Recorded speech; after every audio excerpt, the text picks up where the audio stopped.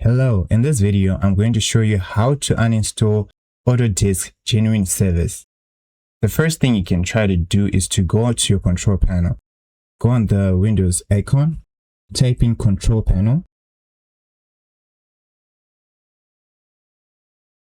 open it, go under uninstall a program.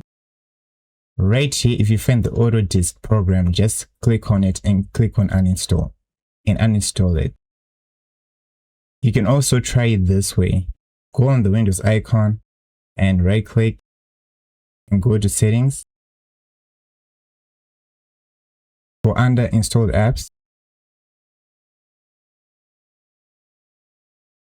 Here as well, you have to look for Autodesk, and then when you find it, just go on these three dots and click on uninstall. After you've uninstalled the program, you need to go to register. Right click here and click on run.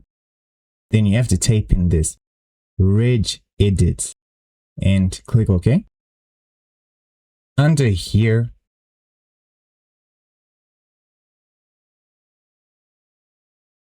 going to have to go under HK local machine, and then you're going to have to go under software. Here, if there's any disk folder, make sure you delete it.